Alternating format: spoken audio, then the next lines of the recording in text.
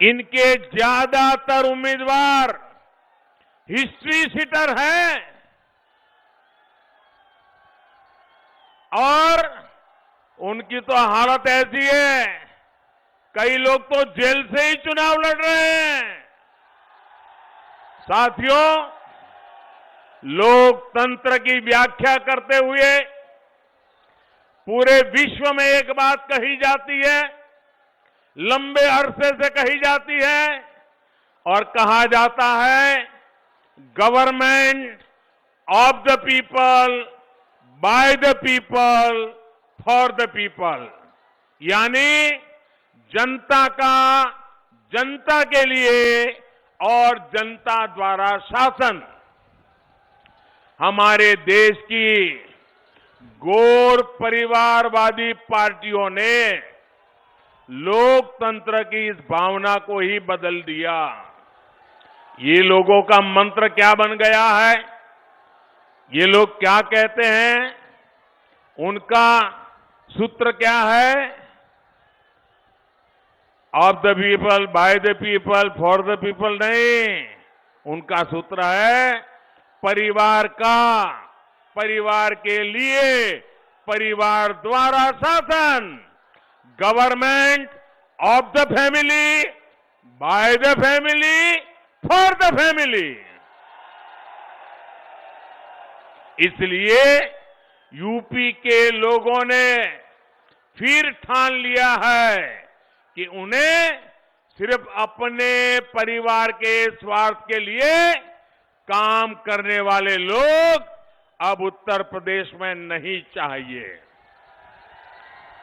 UP के लोगों को तो पब्लिक की सेवा करने वाले लोग चाहिए, परिवार की सेवा करने वाले नहीं। इन गैर परिवारवादियों की कूनीति का एक गवाह कन्नौज का इत्र उद्योग भी है। इन्होंने अपने भ्रष्टाचार से, अपने काले कारनामों से यहां के इत्र कारोबार को भी बदनाम किया। इन्होंने इत्र को करप्शन से जोड़ दिया। हम इस इत्र को ग्लोबल ब्रांड बनाने में जुटे हुए हैं। दुनिया में कन्नौज के इत्र का डंका बजे, इसके लिए हम काम कर रहे हैं। साथियों, पहले की सरकारों के समय उत्तर प्रदेश के जिलों की पहचान, यहां पहले जिलों की पहचान कैसे होती थी? फलाना जिला, फलाना माफिया, वो जिला, वो माफिया, उधर वाला जिला, वो बदमाश। जिलों की पहचान ऐसे ही माफियाओं से होती थी। 5 वर्ष के भीतर भीतर अब योगी जी की सरकार के समय यूपी के जिलों की पहचान वहां के उत्पादों से हो रही है। 1 डिस्ट्रिक्ट 1 प्रोडक्ट के तहत योगी जी की सरकार ने औरैया के देसी घी को भी अंतर्राष्ट्रीय पहचान दिलाने में मदद की है। इटावा के बुनकरों द्वारा बनाए उत्पाद देश विदेश में धूम मचाए, इसके लिए भी प्रोत्साहन दिया जा रहा है। यूपी में ऐसे उत्पादों को अंतर्राष्ट्रीय मार्केट तक पहुंचाने के लिए भी काम हो रहा है। अब तो बुंदेलखंड एक्सप्रेसवे भी जल्द तैयार होने वाला है। इसका भी लाभ औरैया और इटावा सहित इस पूरे क्षेत्र को होने वाला है। साथियों, गांव, गरीब, किसान, पशुपालक सभी का जीवन बेहतर बनाने के लिए भी हम दिन रात काम कर रहे हैं। हमारे यहां पशुधन का क्या महत्व है, ये हमारे गोपालकों से बेहतर कौन बता सकता है। बीते वर्षों में हमारी सरकार ने गोबर धन योजना की शुरुआत की, राष्ट्रीय कामधेनु आयोग का गठन किया, डेयरी सेक्टर के इंफ्रास्ट्रक्चर के लिए हजारों करोड़ रुपए का विशेष फंड बनाया। हमने पहली बार पशुपालकों, मछली पालन से जुड़े लोगों को, उनको भी किसान क्रेडिट कार्ड की सुविधा हमारी सरकार ने दी है।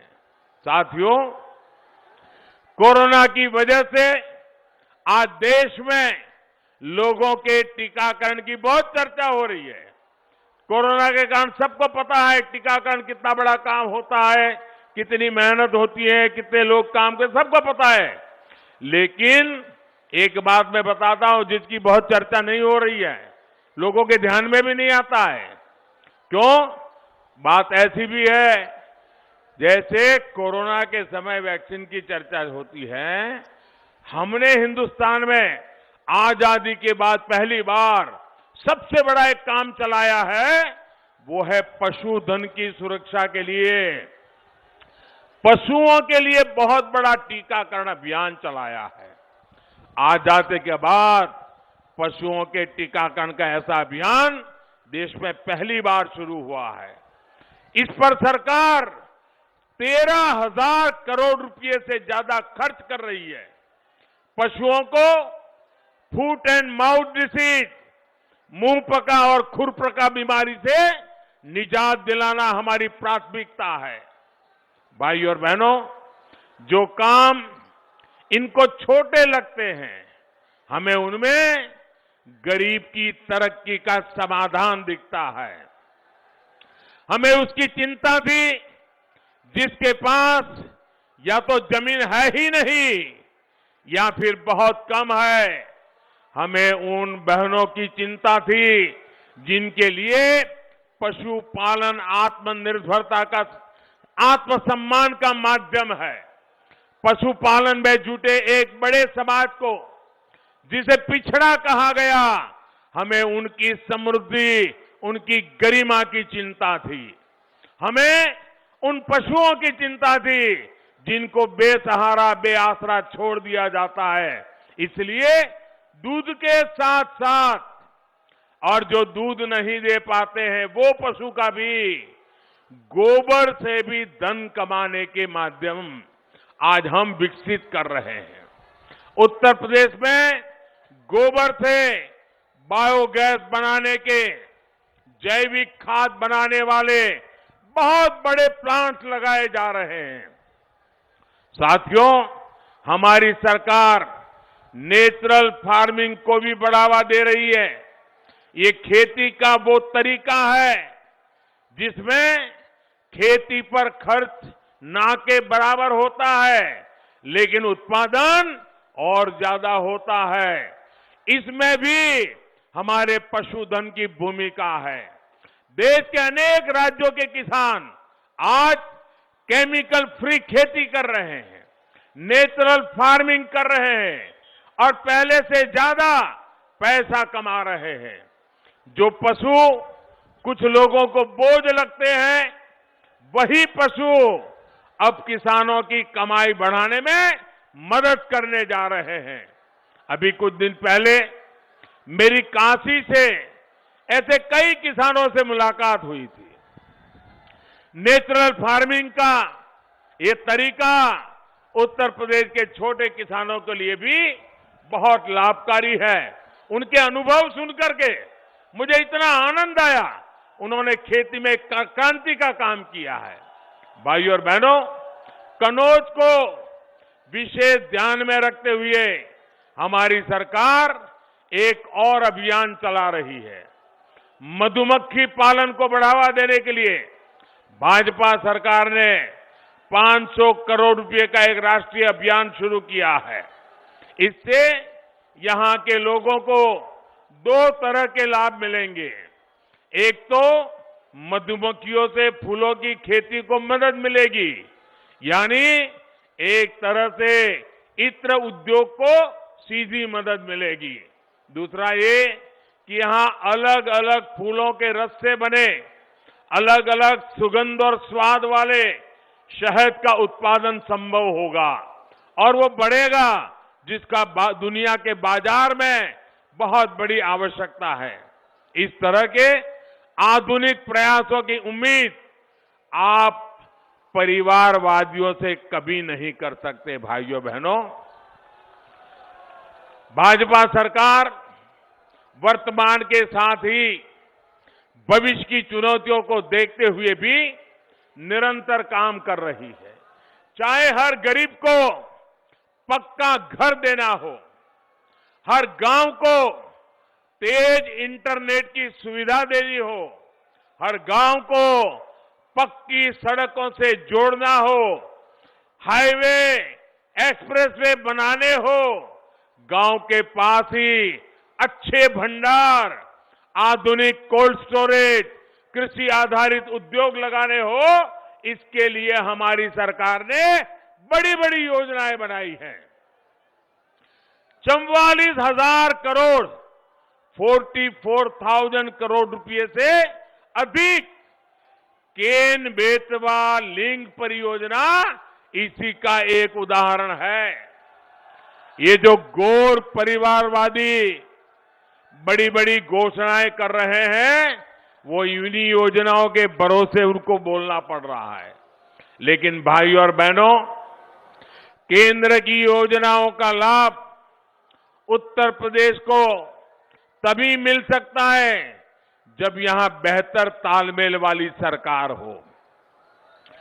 गरीबों को घर देने में यूपी अव्वल राज्यों में रहा, क्योंकि यहां डबल इंजन सरकार है। गरीब बहनों को मुफ्त गैस कनेक्शन तेजी से मिले, क्योंकि यहां डबल इंजन सरकार है। लाखों किसान परिवारों को पीएम किसान सम्मान निधि मिला, क्योंकि यहां डबल इंजन की सरकार है। आयुष्मान भारत योजना के तहत लाखों मरीजों को मुफ्त इलाज मिला, क्यों? क्योंकि यहां डबल इंजन की सरकार है। दशकों पुरानी सिंचाई परियोजना पूरी हुई, हर घर जल योजना पर काम हुआ, क्यों? क्योंकि यहां पर डबल इंजन की सरकार है। साथियों, ये डबल इंजन की सरकार ही है जिसके कारण 100 साल के सबसे बड़े संकट का, कोरोना महामारी का यूपी ने डटकर मुकाबला किया। ऐसा संकट अगर उनके जमाने में आया होता, 2017 से पहले आया होता, तो उत्तर प्रदेश को बहुत बड़ी समस्या हो जाती। इनका काम तब भी बोलता था कि यूपी के लोगों के विरोधी है, इनका काम अब भी यही बोलता है।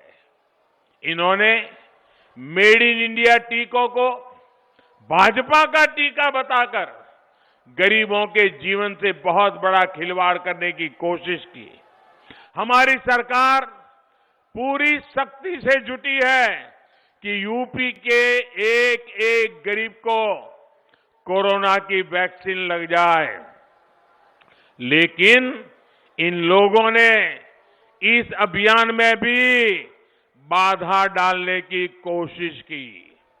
आप अंदाजा लगाइए साथियों, अगर गरीबों को कोरोना वैक्सीन नहीं लगी होती तो इस लहर में मेरे सभी भाइयों बहनों का, मेरे उत्तर प्रदेश के नागरिकों का क्या हाल हुआ होता। हमारी सरकार ने गरीब का, सामान्य मानवी का जीवन बचाने के लिए सबको मुफ्त वैक्सीन लगवाई और आज भी लगवा रही है। मैं कन्नौज के इटावा, औरैया, फर्रुखाबाद और यूपी के हर व्यापारी, हर कारोबारी, हर दुकानदार से एक बात विशेष तौर पर कहूंगा। एक बार सोचिए कि अगर हमारी सरकार ने तेजी से सबको वैक्सीन लगवाई न होती, अगर हम ये काम न कर पाते तो क्या होता। आज देश की अर्थव्यवस्था आगे बढ़ रही है, बाजारों में हलचल बढ़ रही है। क्या बिना वैक्सीन ऐसा संभव होता? और अगर 1-2 साल और निकालने पड़ते तो न जाने मेरे कितने परिवार तबाह हो जाते।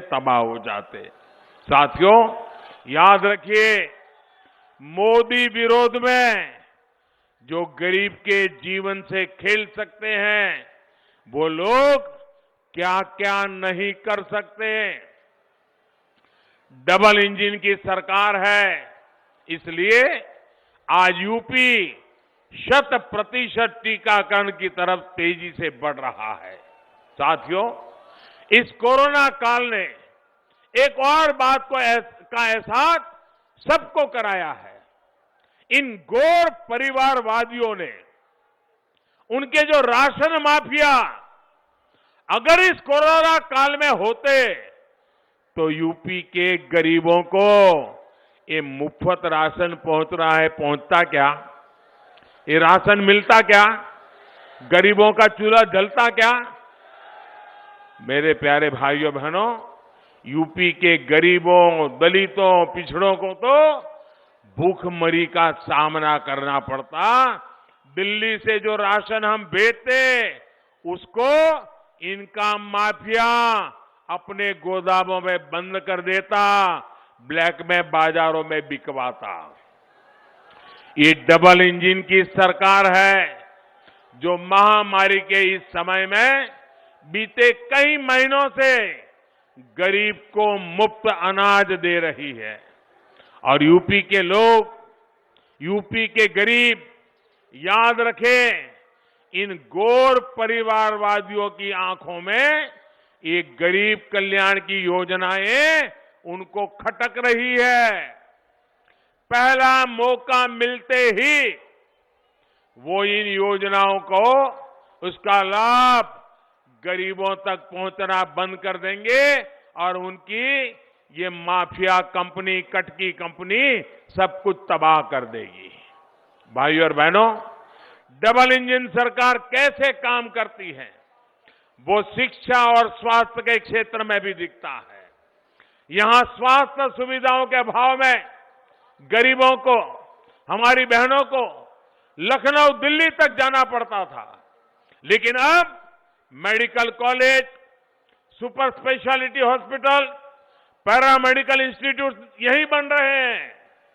इससे स्वास्थ्य सुविधाएं तो बेहतर होगी ही, यहां के युवाओं के लिए डॉक्टरी और पैरामेडिकल के क्षेत्र में जाने का एक अवसर भी बढ़ेगा। और जितनी मात्रा में हम मेडिकल कॉलेजेस बना रहे हैं, इतना ही नहीं, अब हमारे यहां मेडिकल कॉलेज में अपनी भाषा में, अपनी मातृभाषा में हमारे नौजवान पढ़ सकेंगे, हमारी बेटियां पढ़ सकेगी। इसका मतलब ये हुआ कि जो अंग्रेजी नहीं पढ़ा है, जिसको गरीबी के कारण अंग्रेजी की शिक्षा नहीं मिली है, वो परिवार का बच्चा भी अगर उसमें दमखम है तो हिंदी में पढ़ करके भी वो डॉक्टर बनेगा और अपनी जिंदगी भी बनाएगा। भाइयों और बहनों, सबका साथ, सबका विकास क्या होता है, ये युवाओं के लिए हमारी नीति में भी दिखता है। भारतीय जनता पार्टी ने सामान्य वर्ग के गरीबों को भी 10% आरक्षण की सुविधा दी है। ये भी हमारे दलित वर्ग के, हमारे ट्राइबल वर्ग के, SC ST के भाई बहनों या पिछड़ा वर्ग के जो भाई बहन हैं, उनके आरक्षण का अधिकार को जरा भी तकलीफ दिए बिना उसको बरकरार रखते हुए करने का काम हमने किया है। जो सालों से मांग हो रही थी, इनको परवाह नहीं थी। साथियों, अनुसूचित जाति, अनुसूचित जनजाति के हमारे लोकसभा और विधानसभाओं के साथियों के लिए आरक्षण को 10 साल तक और बढ़ाने का काम भी हमारी भाजपा सरकार ने किया है। ओबीसी कमीशन को संवैधानिक दर्जा देने के लिए 3-3 दशक से मांग हो रही थी। इतनी सरकारें आई, यहां के सपा वाले भी उस सरकार में भागीदार थे, लेकिन उन्होंने कभी ओबीसी को यह अधिकार नहीं दिया। ये मोदी की सरकार आने के बाद हमने ओबीसी कमीशन को संविधान अधिकार देकर के ओबीसी की मांग को हमने पूरा किया है। देश भर में केंद्र सरकार के कोटे में जो मेडिकल सीटें होती हैं, उनमें भी ओबीसी को आरक्षण देने का फैसला भी भाजपा सरकार का एक बड़ा निर्णय है। कुछ दिन पहले सरकार ने एक और बड़ा फैसला किया है। अब प्राइवेट मेडिकल कॉलेजों को भी अपनी आधी सीटें, 50% सीटों की फीस सरकारी मेडिकल कॉलेजों के बराबर रखनी होगी। इसका बहुत बड़ा लाभ हमारे मध्यम वर्ग के परिवार, हमारे निम्न वर्ग मध्यम वर्ग के परिवार जो बेचारे कुछ ज्यादा खर्च नहीं कर सकते हैं, वे भी अब अपने बच्चों को डॉक्टर बना सकते हैं। भाइयों बहनों, गरीब, दलित, पिछड़े वर्ग के लोग भी ये जो हमने सारी व्यवस्थाएं बदली है, आराम से वो अपने सपने पूरे कर सकते हैं। साथियों, राष्ट्रीय शिक्षा नीति की वजह से भी उत्तर प्रदेश के युवाओं को बहुत मदद मिलने वाली है। हिंदी मीडियम में, जैसे मैंने कहा, ये पढ़ने वाले छात्रों को भी, गांव और गरीब परिवारों के युवाओं को भी डॉक्टर बनना है, इंजीनियर बनना है, टेक्निकल एजुकेशन लेना है, वो आराम से ले पाएगा। उसको जो मुश्किलें आती थी वो अब जाएगी। और इसलिए भाइयों बहनों, हमने पढ़ाई में ये सारे विकल्प आप भी दिया हुआ है।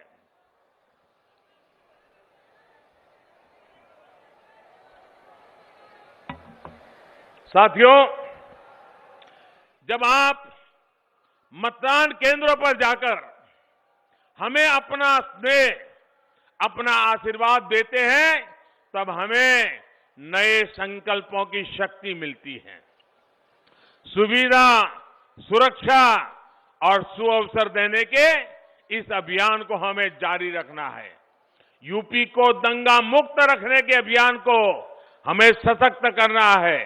हर बूथ को जगाना है, हर बूथ से लोगों को मतदान केंद्र पर लाना है। इस बार सिर्फ भाजपा को जिताना नहीं है, बल्कि बड़े मार्जिन से जिताना है। पुराने सारे रिकॉर्ड तोड़ के जिताना है। आप लोग ये काम करेंगे, घर घर जाएंगे, एक एक बूथ से अपने आसपास के लोगों को निकालेंगे, ज्यादा से ज्यादा मतदान करवाएंगे। भाइयों बहनों, ये चुनाव का समय है।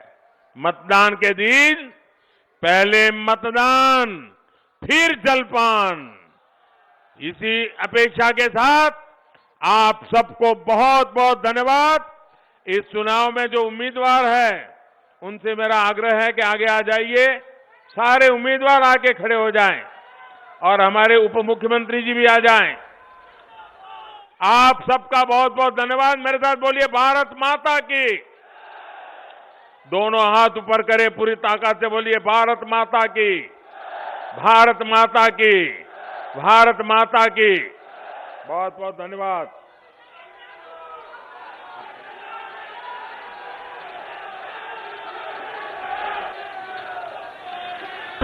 अब की बनी सुनामी, आंधी अब की बनी सुनामी के आज कन्नौज की मां अन्नपूर्णा की धरती पर हम सबके बीच विश्व के जनप्रिय